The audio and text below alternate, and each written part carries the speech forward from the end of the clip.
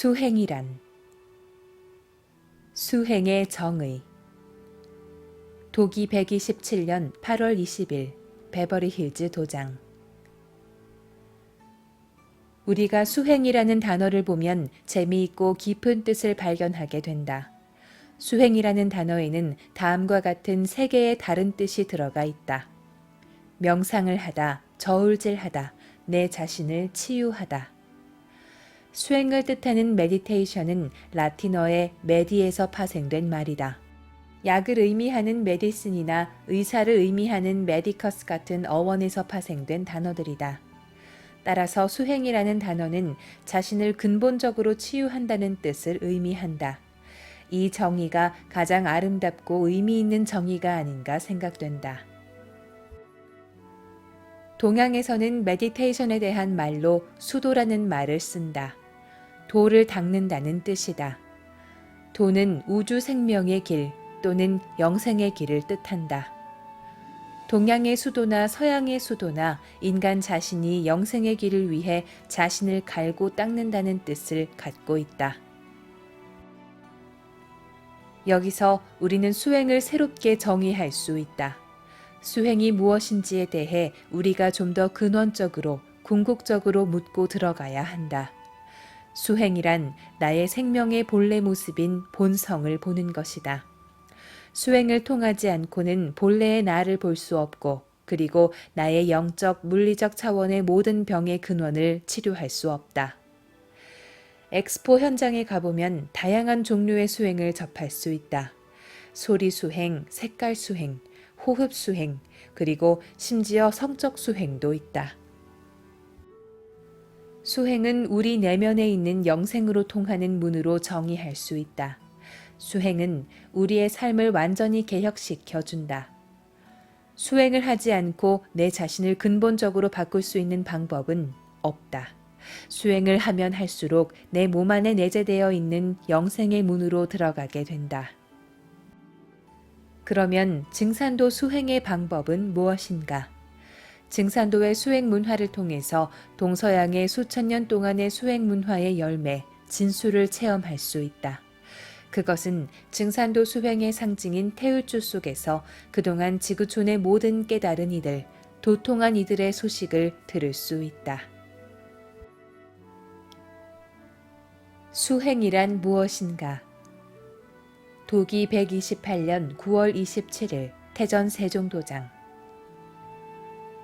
동서양의 수행의 근본 뜻 나는 동서양의 수행이란 말 두 가지 모두를 사랑한다.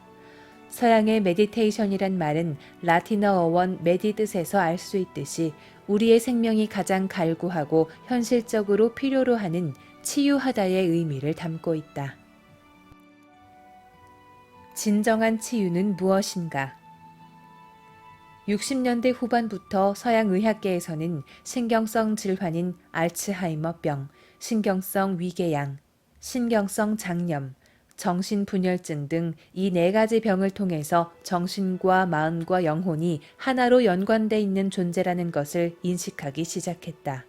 그리고 이것은 신과학, 뉴에이지 운동이 하나의 문화현상으로 자리 잡는 시간대와 우연히 일치한다. 앤드류 와일 박사가 자연치유에서 말했듯이 현대의학에서의 병 고침에는 두 가지가 있는데 치료와 치유이다.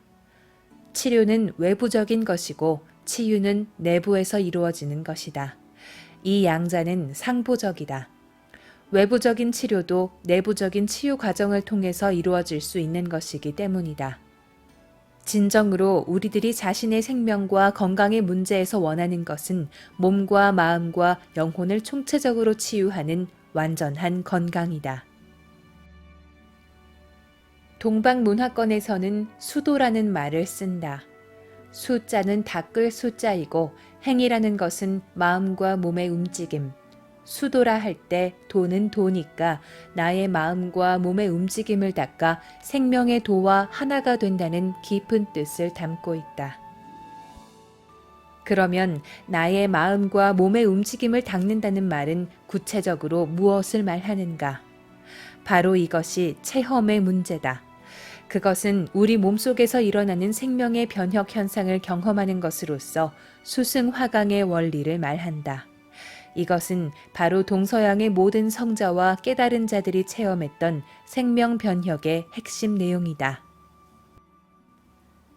그것이 인도의 요가 또는 힌두교의 탄트라 또는 이슬람교의 신비주의인 수피즘, 유대교의 신비주의인 하시디즘 또는 불교의 선, 도교의 연단술, 유가의 존심양성 등 어떤 소행문화의 원리가 됐든 실제 우리 몸에서 일어나는 변화는 바로 이 한마디로 집약할 수 있다.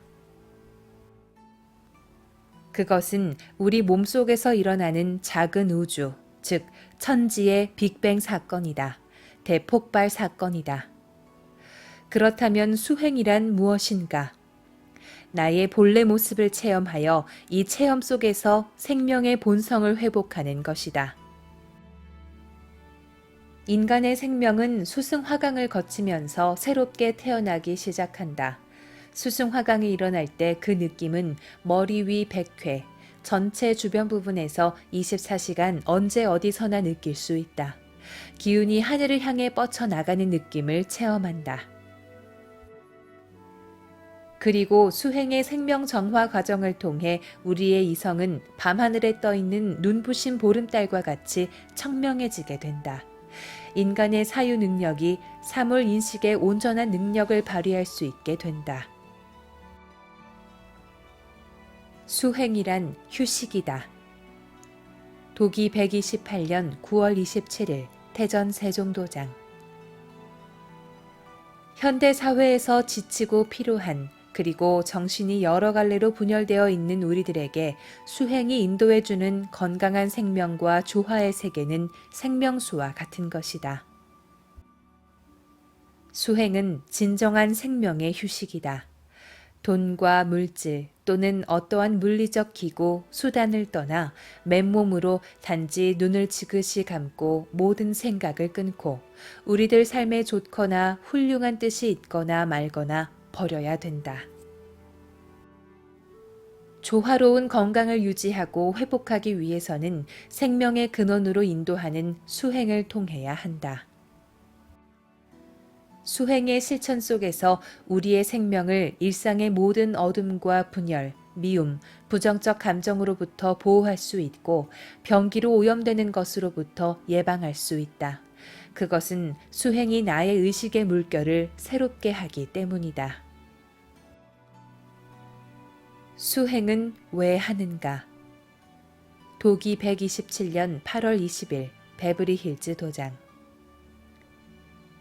왜 우리가 수행을 해야 하고 왜 우리 삶 속에 수행이 필요한지를 상제님의 말씀을 통해서 한번 알아보자. 돌을 잘 닦는 자는 그 정혼이 굳게 뭉쳐서 죽어서 천상에 올라가 영원히 흩어지지 아니하나 돌을 닦지 않는 자는 정혼이 흩어져서 연기와 같이 사라지느니라. 도전 9편 76장 말씀.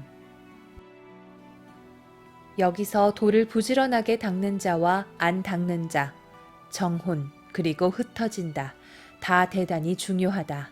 상제님께서는 수행을 한 사람과 안 한 사람을 영원히 살고 영원히 죽는 문제로 말씀하셨다. 상제님께서는 수행을 영원히 건강하게 사는 본질적 건강 문제로 말씀하고 계신다. 여기서 보면 자기 몸에 있는 정혼을 뭉치지 않으면 결국 살다가 연기처럼 흩어지는 두 번의 죽음을 당한다. 나에게 7살 된 조카가 있는데 몇 달 전에 갑자기 막 울었다. 내 여동생인 엄마가 도대체 왜 우느냐고 물었다. 그런데 갑자기 한마디 멋진 소리를 했다. 나 죽기 싫어. 이 죽음에 대한 공포가 어릴 때부터 무의식에서 뛰쳐나온다. 젊어서 건강할 때는 그것이 잠재되어 묻힌다. 그러나 보통 나이 40이 넘으면 죽음을 의식하고 산다. 동양에서는 40을 불혹의 나이라고 한다. 40이 되면 인생에서 흔들리지 않는 자신의 의지를 가지게 된다는 말이다. 어떤 사람은 죽음에 대해 말하기를 다 없어지게 되니까 좋다 좋아 라고 했다. 죽는 게 뭐가 좋으냐. LA에 대지진이 터져서 여기가 뒤집어진다고 하면 죽고 싶은 사람은 아무도 없을 것이다. 아마 이 도훈을 듣다가도 다 도망가 버릴 것이다. 여기 오기 보름 전에 캐나다의 토론토 도장에 갔다. 워크숍이 끝난 후에 50대 여성 3명이 나에게 와서 면담을 신청했다. 그 중에서 아주 이지적으로 생긴 여성이 나에게 물었다. 골반에 암이 생겼는데 이것이 간으로 전이됐다고 했다. 갑자기 I don't want to die 라고 하면서 울었다. 자신에게는 21살 된 아들이 있다고 했다. 자신은 죽을 수 없다고 하면서 나에게 신유 좀 해줄 수 없냐고 했다. 내가 그 자리에서 태울주 힐링에 대해서 자세히 얘기를 해줬다. 그녀의 눈빛에서 살아야 된다는 마음과 수행에 대한 필요성을 절감하는 것을 볼 수 있었다. 수도의 목적. 도기 131년 5월 12일 서울 코엑스. 자, 구체적인 태울주 이야기로 들어가기 전에 왜 수행을 해야 하는가, 수행은 몇 시간 정도 해야 하는가, 또 성공적인 수행 방법은 무엇인가에 대해 내 체험을 토대로 간단하게 몇 마디 전해주겠다.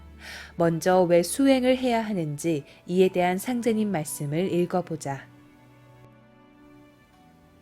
돌을 잘 닦는 자는 그 정혼이 굳게 뭉쳐서 죽어서 천상에 올라가 영원히 흩어지지 아니하나 돌을 닦지 않는 자는 정혼이 흩어져서 연기와 같이 사라지느니라.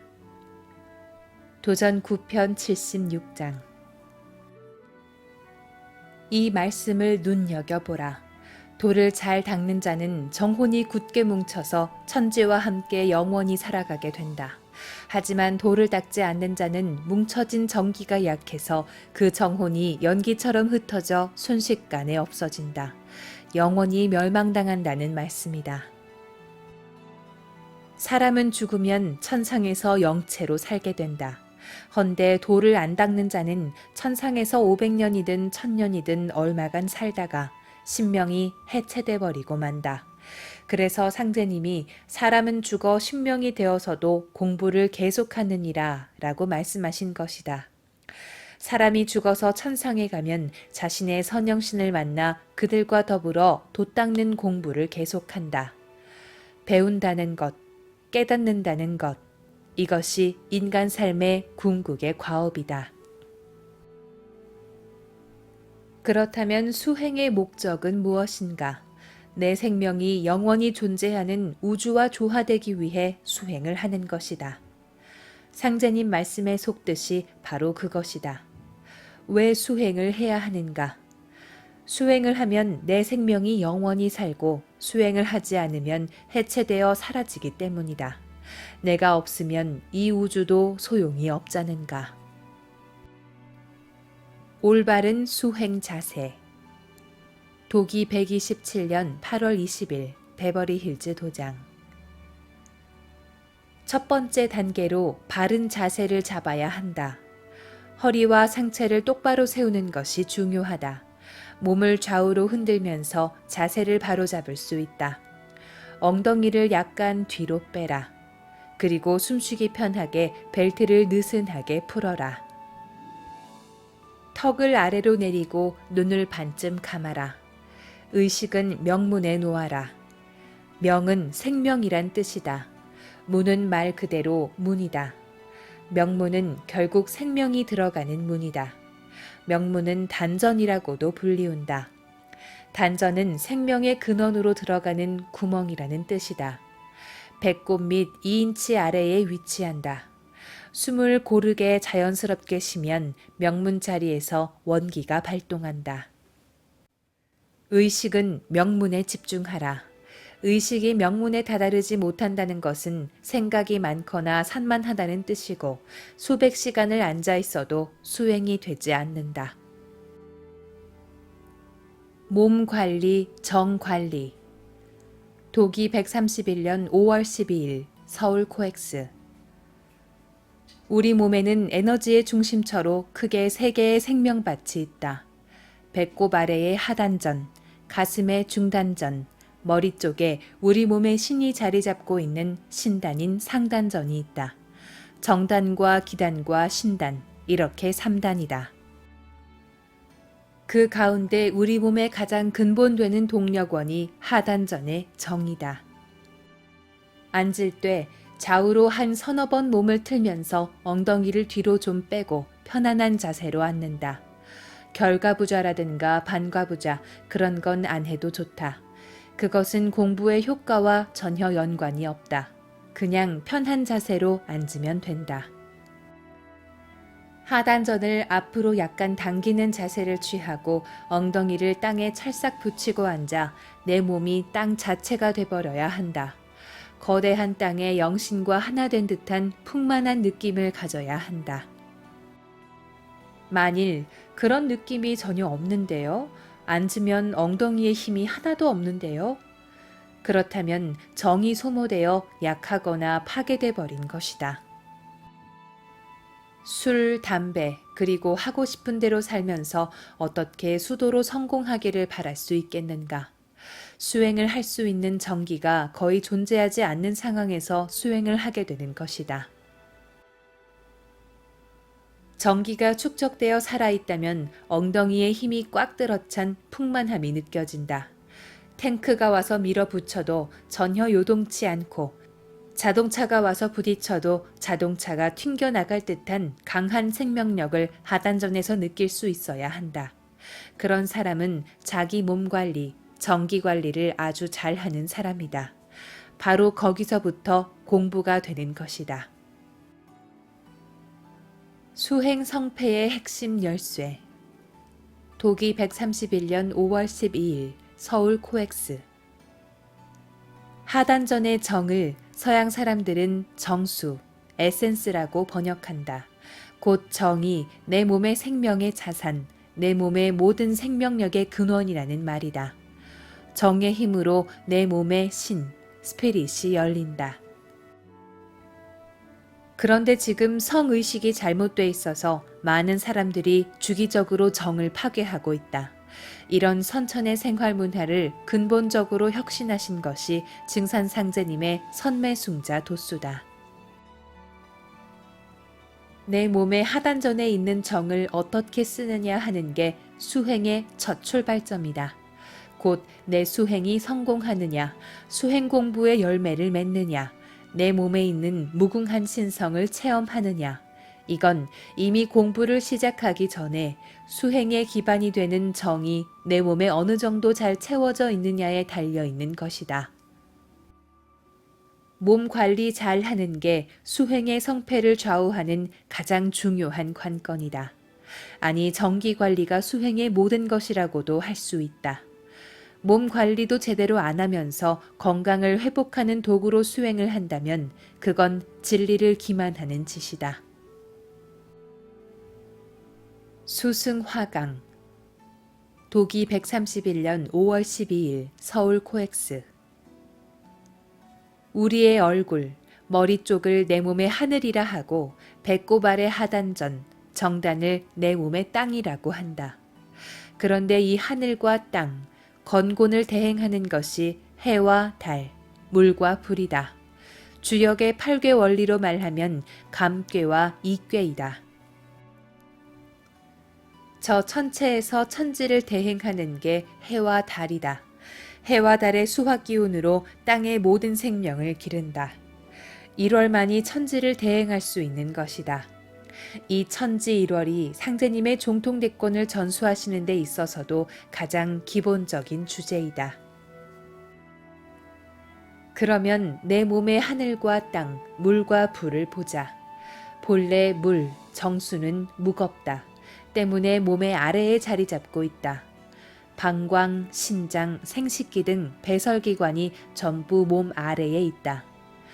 불기운, 곧 내 몸의 신은 가볍기 때문에 머리에 있고, 수행을 하면 신장에 있는 수기가 위로 올라오고 불기운이 아래로 내려간다.